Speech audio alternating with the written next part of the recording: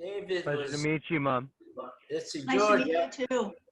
Jorge, when did you leave? Was that about 3 days ago, 4 days ago? Yeah. Oh, me? Friday. Yeah, this is, yeah. Friday the 18th. I left on Friday. Today's Tuesday. Yep. Saturday, Sunday, Okay.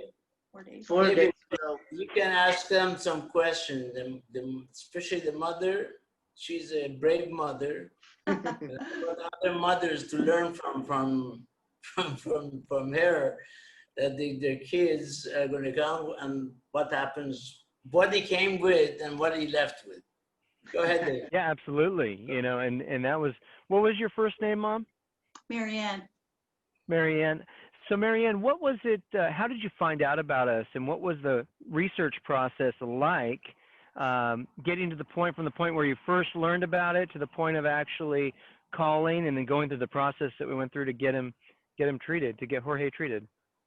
Well, actually, I believe it was it last fall? It was a friend of yours Yeah. that lives in, he grew up in Costa Rica, so his friends are down there.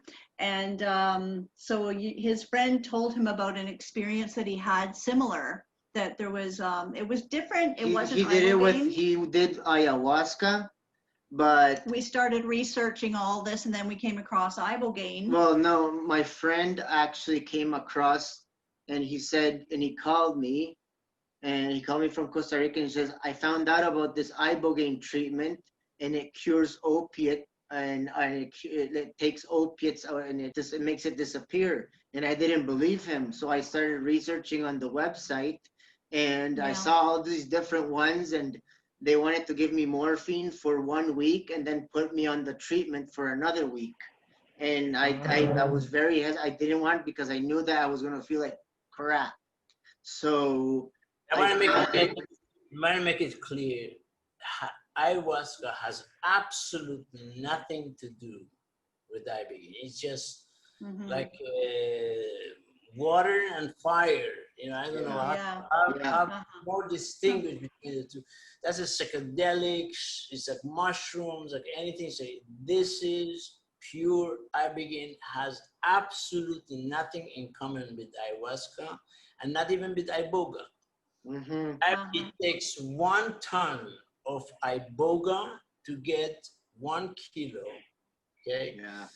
Pure Ibogaine that we use over here, beside the other components that I developed here. Your formulas, Okay, so very different, and I'm glad he went for ayahuasca, but we found you to come over here. Because I was about to do the ayahuasca before this to clear my whole body, and I was scared because of the withdrawals of the methadone. That's why I was very hesitant, and I didn't do it. I was Jorge, I never asked you. Speaking of that, the medicine you were on was the methadone. Can you clarify what was that dosage? Okay, so first of all, so I used to use every sort of drug and alcohol.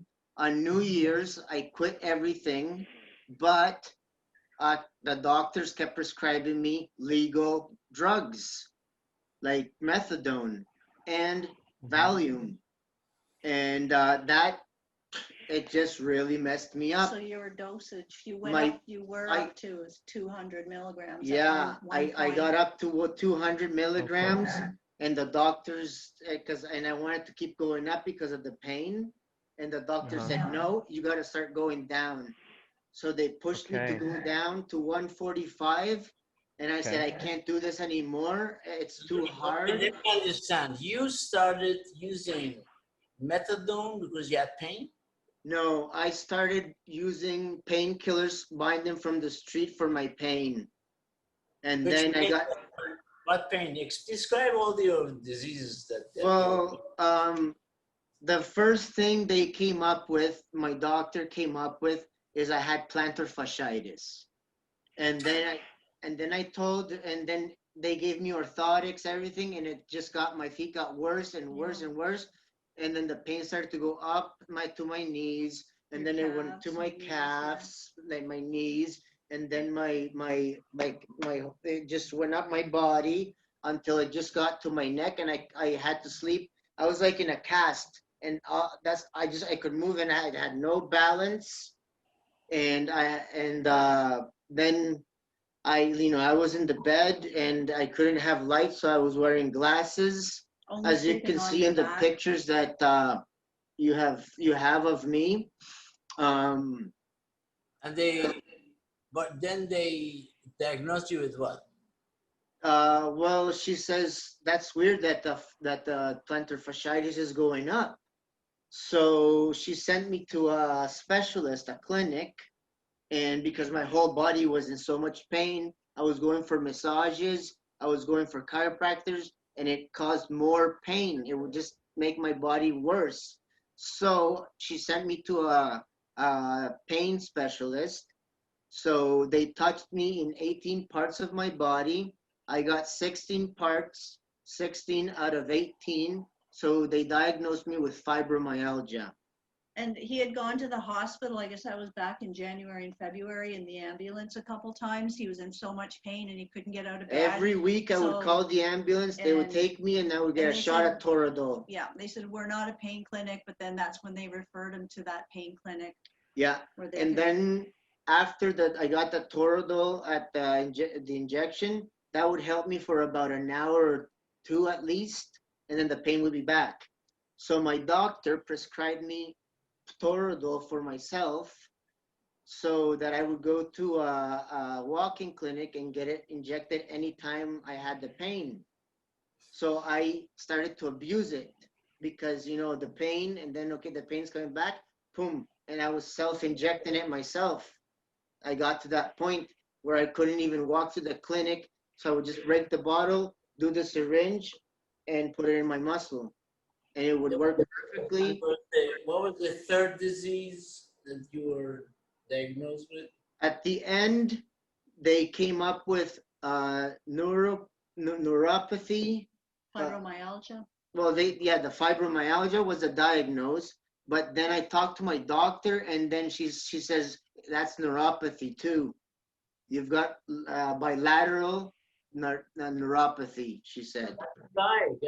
Peripheral neuropathy, I believe. Yeah. Yeah. And I was basically paralyzed. And that was 3. There was another one, something in your neck. Oh, the herniated disc in your neck? I have a herniated disc in my neck, but that was caused because I tried to hang myself, and thank God by the Almighty, I didn't die. The cord broke, and I knew somebody wanted to keep me alive. Yeah. I fell down, and that's what hurt my neck, and that's what messed up my neck.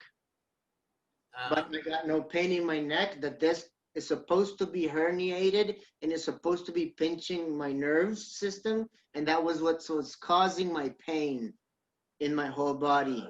So bottom line, you came for really what we understood, you coming for methadone. I came for methadone and for the pain. Fibromyalgia. Yeah. And these really chronic fatigue syndrome, they come up with names. That too, yeah. Then you had this thing in your neck, and then you had also neuropathy. Yeah, correct. So by then we had bought the wheelchair and electric scooter to help. The government actually gave me a scooter. Appointments. And the government gave me a scooter. I looked like an old man going. I felt so horrible in the scooter. I said, I don't want to use it. I gave it away. And then I had to get another scooter because I couldn't get around. I saw on your travel ticket you had a wheelchair access on your ticket. So Antonio called me, hey, or do we need to provide access or what? Because it was, you were using a wheelchair for the I had airline. It was too much pain to walk. walk. I couldn't even stand up to go through the machine. It just through the when they check you to see if you have metal. And it was painful just to walk through and I had to take my belt off, and that just I was just like completely out of energy after that. I had to sit down and catch my breath again and everything. It was horrible getting down there, just horrible. Yeah, you got so that brings us old man with a stick. Go ahead, David. I'm sorry. Oh, no, I was thinking it brings us to the next segment. I mean, this really gives, I feel like I have a really good picture of what Jorge's condition was when he arrived, and what happened when you got treated. You know, you arrived at our facility, and David treats you, and what happened? Well, I arrived there. I don't remember anything talking to the doctor, like, and I don't remember. I don't even remember who gave me the pill, the first solution, the first remedy. I don't remember anything. I just remember putting it in my mouth. I just remember swallowing it, and I said, "Here we go. Let's see what happens." Yeah. And after that night, my body started reacting, like my hands started convulsing for some reason, and I got really scared. So I ran down to the nurse, and you know, like in pain and stuff, and what's going on? And she couldn't explain, because she says, "Is this normal?" And she was like, you know, She didn't have, she didn't love, you had to rub. That's what. Yeah, she did. She wasn't aware of it, I guess. Yeah. Yeah. But that started to happen in my whole body. It started in my hands. Well, it started in my neck. Then it went down to my hands. My hands were really hot. Then they were healed. I could move them. Then it went to my chest. My heart was beating so hard. And it was, I guess it was working my heart out. My heart felt great after that. Then it went down to my stomach. I felt really hot stomach and just like kind of pain and going. But I knew it was the Ibogaine working my stomach, because I was diagnosed when I was about 16 years old with nervous gastritis from smoking too much pot. Oh. Yeah. Yeah. And that caused my stomach to Eating disorder. a total eating disorder, because I would smoke, eat. So I was like, you know, my stomach was totally didn't know what was going on. Yeah. George, I want just to make an insert here. And David is very, very much witness of that, because he was treated himself here. Mm-hmm. It's not the Ibogaine. Ibogaine is not a drug. No, it's not a drug. It's not a holistic drug. It's a substance. It's a trigger. A remedy. Everything else happens to you. People come over here, say, "Oh, Ibogaine doing this." Ibogaine is doing nothing except triggering your central nervous system. Either there is absolute mathematical calculation I have to make. Yeah. Assume you're going to put it on the internet, so people, let's see how many mathematicians can figure it out. Yeah. It's mathematical calculation, how to treat, how much to give, and how much of other substance to with it, and to trigger this central nervous system in your brain. And to wake up the subconscious. And between the two, you basically is your own body is doing everything else. Everything happening is where we wake up, we trigger your body, your central nervous system, which wakes up the brain, and from the brain to all the nerves throughout the body, and that's where you feel this warmth, okay? And the subconscious is also gives you that power that you really have. Everybody has inside that soul, or they call it subconscious. It's soul or subconscious, the same thing, okay? One scientific word, one is, it's a spiritual word. And that's how everything starts happening, okay? And it's very important to know the measurement, to measure exactly.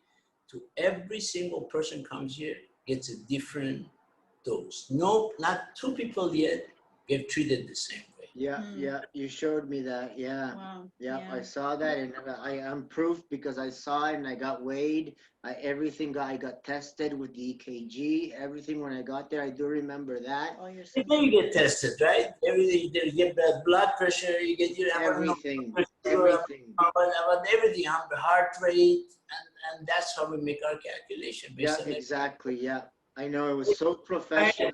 Yeah. You want to ask something? I interrupted. Yeah, you know, so that was your first experience, Jorge. you began to feel it working. And then David talked about how realistically it's triggering your immune system or your subconscious or your system to actually heal itself. And then after that, what happened?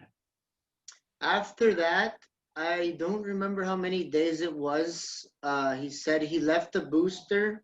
They gave me a booster, and then I don't know how many days later I got the treatment.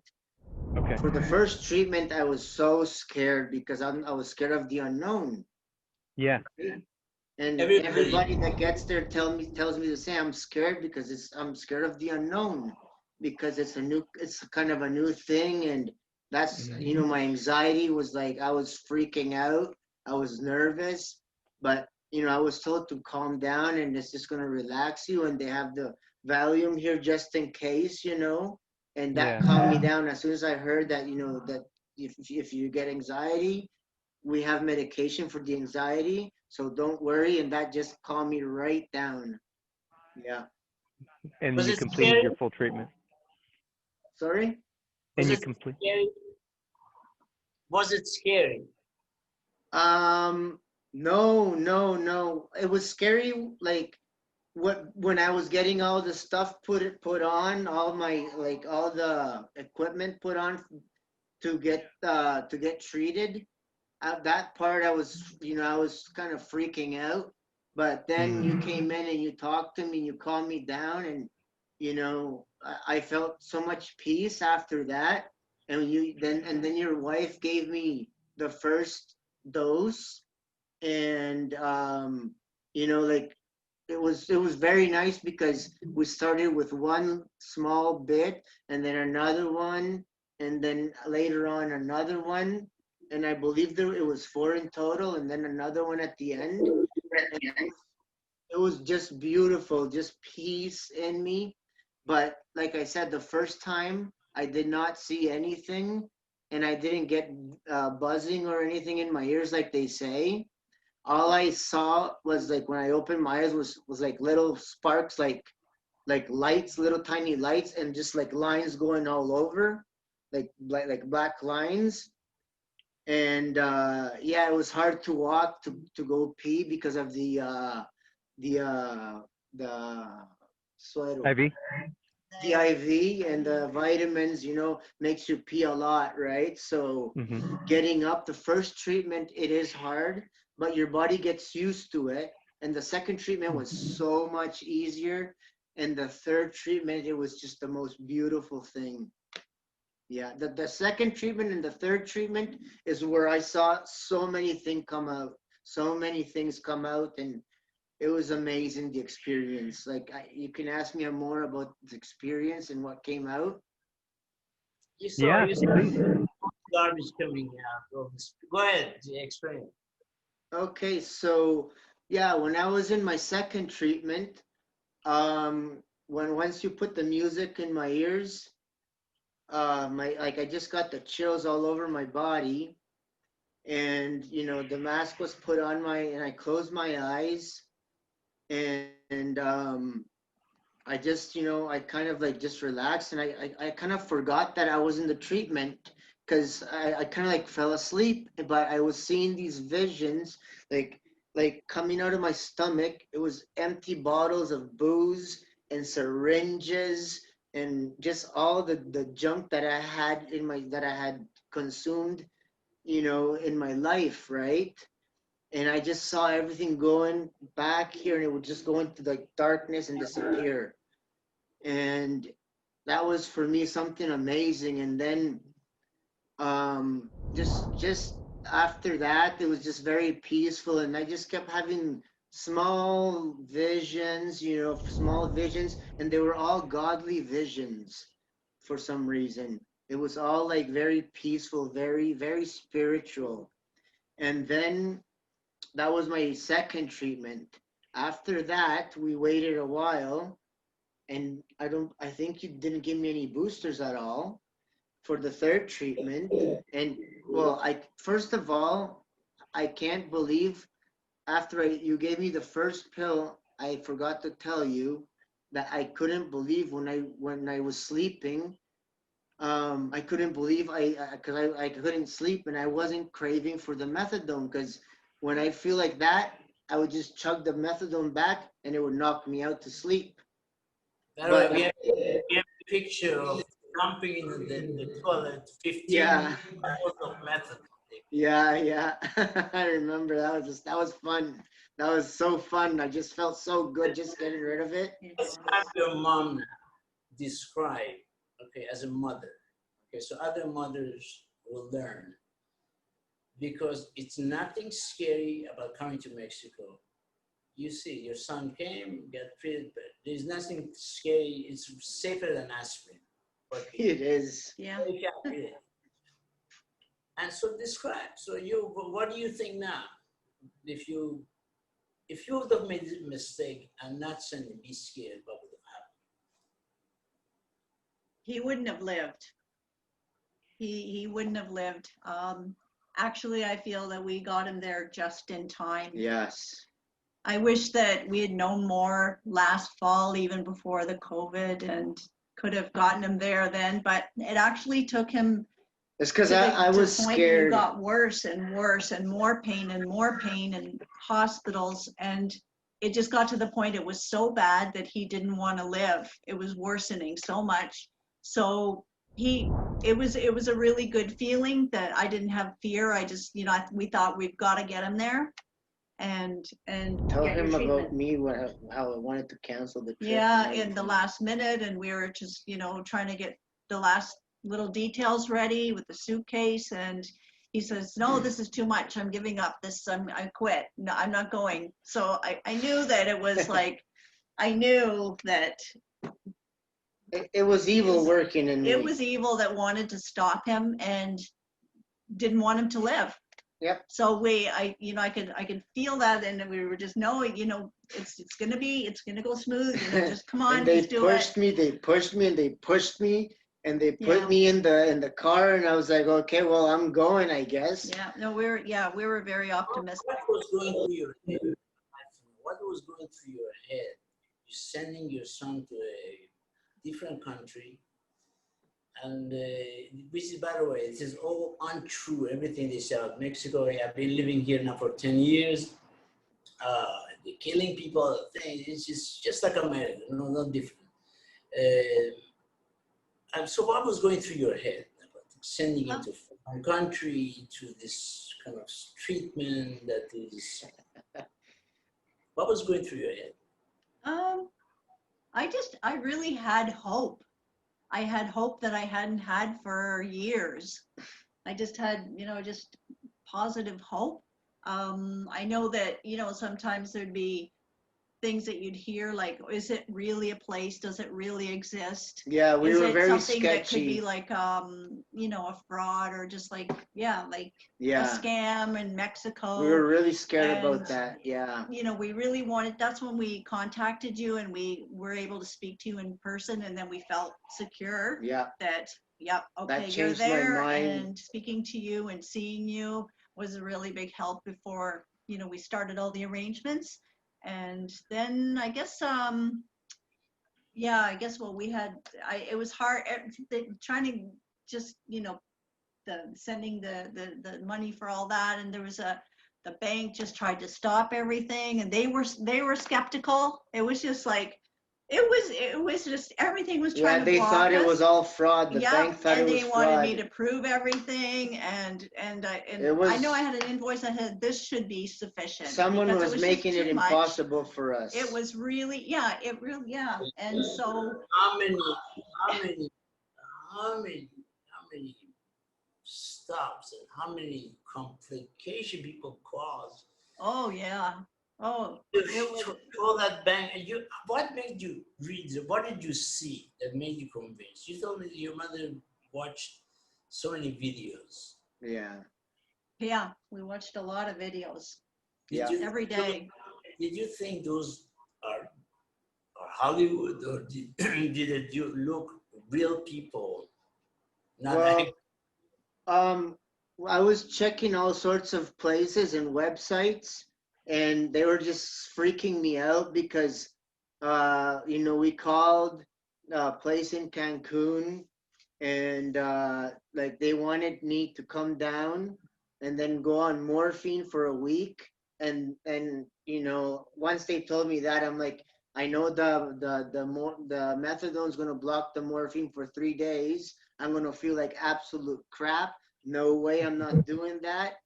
And I came on to your site, and I saw this video where you said that you have the remedy for the methadone, so that you just take the one dose, and it's a blocker, and it blocks it for the 3 days, and it worked like you said on the video. And I was amazed when I was at the clinic, because I'm like, it's true what he said, and in the videos, it's absolutely true, because it just blocked everything, and that was it. It was all done and gone. Yeah. No more methadone.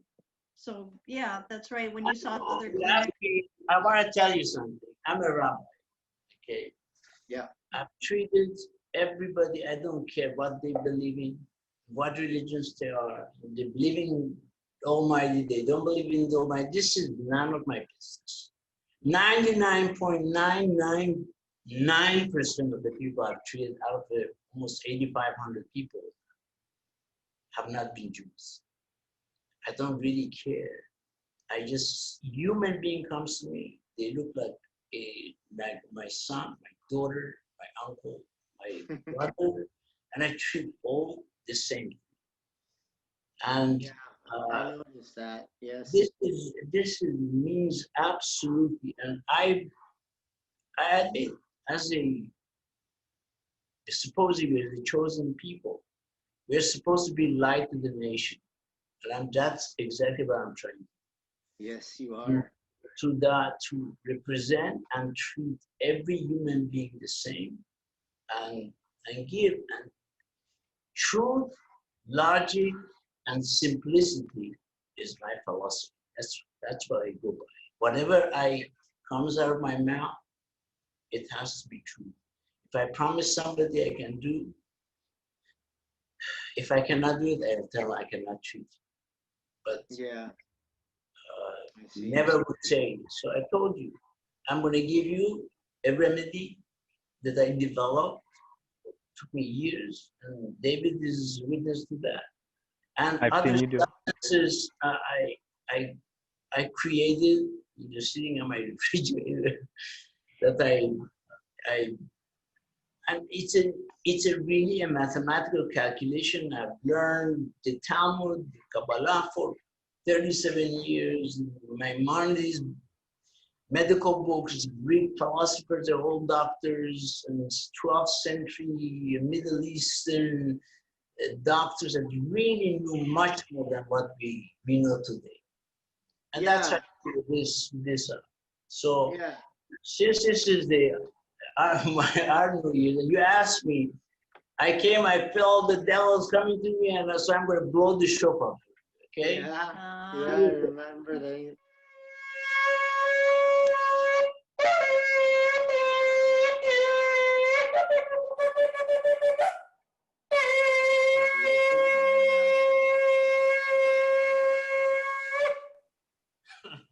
That's a little one, eh? Nice sound. Yeah, it's just beautiful. That just breaks everything down. Yep. Yeah. Yeah. It's very powerful. Yeah. I feel it in me, you know, as soon as that sound, it's a very powerful sound. Yeah. So Jorge.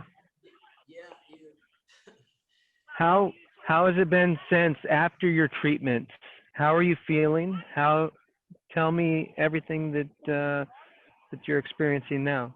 Okay, so when I got back here to Canada on Friday, I was really happy, and you know, it was hard for me to sleep because of my excitement, because I wanted to do everything at once. You know, I wanted to get my car, I wanted to get a job, this, that, this. I just had so many things. It's just my mind was racing so much that I've been having trouble still sleeping, because I wake up and it's like my mind keeps going, and so I just write the things down, and I had to pull the emergency brake. hold on. I brought out a notepad and I started writing everything that I want to do. And I talked to my dad about me. I want to start working. And he said to me, and this is really, really smart what he told me, don't start working yet. Start volunteering. So that you can, That's good. little by little, you can just get, and you can volunteer as many hours as you want.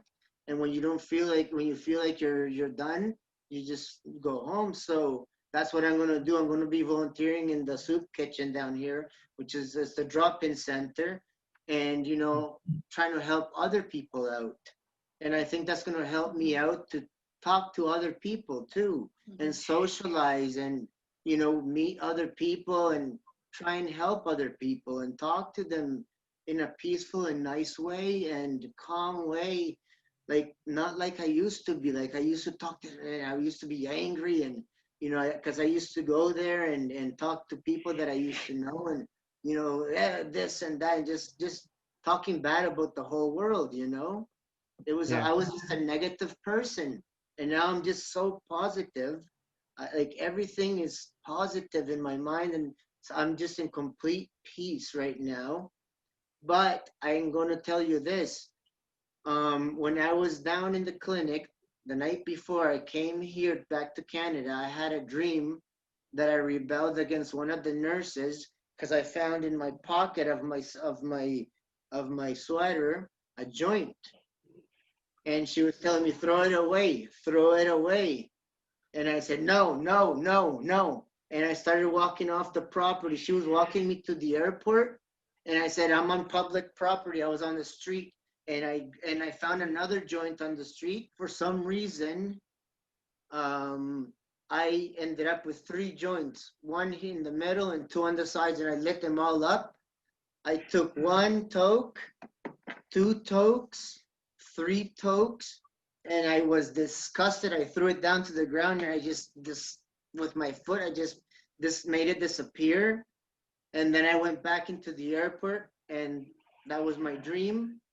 When I came to Canada on Friday, I was good. On on Saturday, I was going, because I'm still kind of going through the withdrawals of the diazepam, and I wasn't feeling very well at all, because I have been taking it since I was 18, and I'm 37 now, and I've been taking this a large dose. I was taking 80 milligrams daily of Valium on top of the methadone.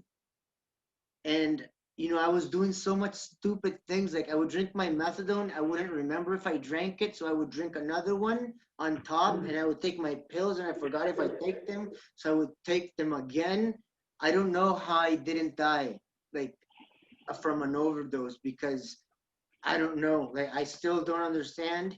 Well, all I can think of is somebody wanted me alive. And after your Yeah. So after my dream, I'm going to come back to Canada. So I was thinking about the marijuana, and it came to my mind because of the pain. And I'm like thinking that's going to relax my muscles.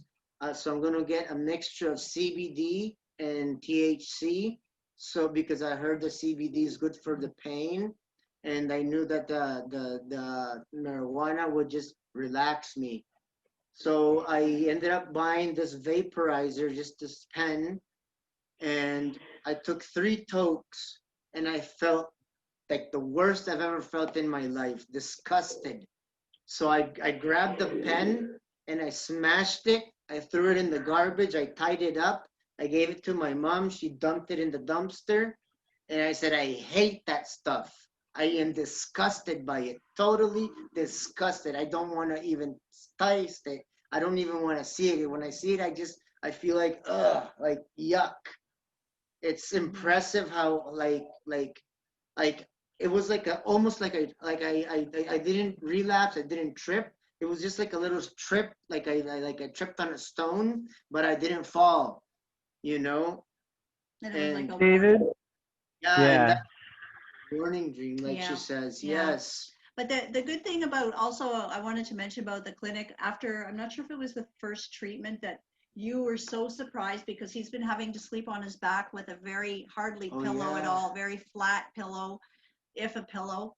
And he was able to sleep on his side, and he was like, it's been, I don't know how long. long it's Years since I could only sleep on my back. Like I said, like only like if I was in a cast, if I moved, I would get in pain. Yeah. So when he was able to sleep on his side like normal, which was a really big After victory. the first treatment, I was sleeping on my side. I'm not sleeping on my back anymore. Yeah. It actually causes me pain when I sleep on my back. Yeah. So now I sleep on my sides. I sleep on my stomach, something that I could never do. Yeah. I'm talking about 10 years ago and more. I could never sleep on my stomach, not even when I was like 16. Never. And the other thing, I'm not sure if it was after the first treatment or the second treatment that you went running up the stairs and with the doctor, and you were saying the chronic fatigue was totally gone. The doctor was very excited. Upstairs. Dr. Francisco was so excited. He came to my room, he grabbed me, and he's like, we ran upstairs, and he knocked on David's door. It's like, David, we gotta make a video. Look at this guy. He's a different guy. Yeah. He's a different guy. Like, and like, he's such a good person, Dr. Francisco. Like, he's such a friend. Like, he hugged me, you know, like he embraced me, and same as David, you know, like, what people, like, so humble and so loving, you know, like, just the love that they have for the people. All of them, and all the nurses, and Antonio, the psychologist, an amazing person. Like, he just helped me so much because I was there. And when I got there, there was a person for 2 days, another George, and he was the one that was trying to calm me down. And he says he kept seeing me in my room, like crying and shaking and praying and saying, please help me, God, please help me. I can't do this. So he just left me alone, and he was very worried about me, and he was telling me to calm down. The treatments, it's not that. I was just freaking right out, and he just told me about the experience. He says everything that you're gonna go through is like you never went through it, and it's absolutely true. It's like I never went through all that. It's like all that's erased, and all the trauma and the PTSD and all those nicknames, like David says, totally gone. Like, I'm not traumatized because of my dad and what happened when I was young, because he had an alcohol problem. But thank God he's not doing that anymore. He's doing really good. So things have changed in the family a lot. Yeah. That's amazing. That it is interesting how it can present such traumatic material out of our conscious or subconscious in a way that we can handle it. You know, I mean, having experienced trauma and having Ibogaine present that trauma, I don't know how it can present such traumatic things in ways where you see it, you process it, and it falls behind you or falls away or breaks away. Yeah, exactly. And it's the experience of it. I don't know. And David, can we segue into what was it like treating Jorge? You know, so many calculations, because here is a person with trauma, using methadone. He has neuropathy for sure, because you could right away see he has neuropathy. He has chronic fatigue syndrome. You can see that as well. And anxiety beyond imagination. And depression too. So how do you calculate? I had to sit in the office and for hours to make, where do I start? And thank God, you know, then before I even start calculating, I pray. And David, before that, I remember you told me I had like early Alzheimer's starting already. And you said to me, you're lucky you came here now, because if not, you would have ended up with dementia. That's very true. I want to say also the dementia was something else developing already. See, it was developing. He would forget. I said, how old are you? And I said, you're a kid. How could you? And I really saw for all the drugs, everything else have gone through his life as causing the trauma. Yes, that's how you get dementia. Then dementia and you get Alzheimer's. Yes, exactly. All interconnected, all neurological problems. Yes. Whatever. So it was really difficult to calculate how to treat him, and then on top of this, he was so nervous, calming him down because his blood pressure went through the roof all of a sudden just from being so calming him down, bringing the blood pressure down, and what do I give him first? It's like 4 or 5 different issues you get treated at the same time. So I put them in order, and thank God he came. Wow. Yeah. His was a little bit more difficult than a lot of other people. Well, but you saved my life. You did it, and look at me. I'm walking around. I can't believe the things I'm doing. I'm working out. You're cooking, your passion. Yeah. Delicious meals again. Yeah, I'm cooking. I'm standing on your feet. As a matter of fact, when I sit down, I feel more pain. When I stand up and walk around, the pain goes away immediately. It's funny because now I don't want to sit. I want to be standing up because I don't feel the pain when I'm standing up. When I sit down, my back starts hurting.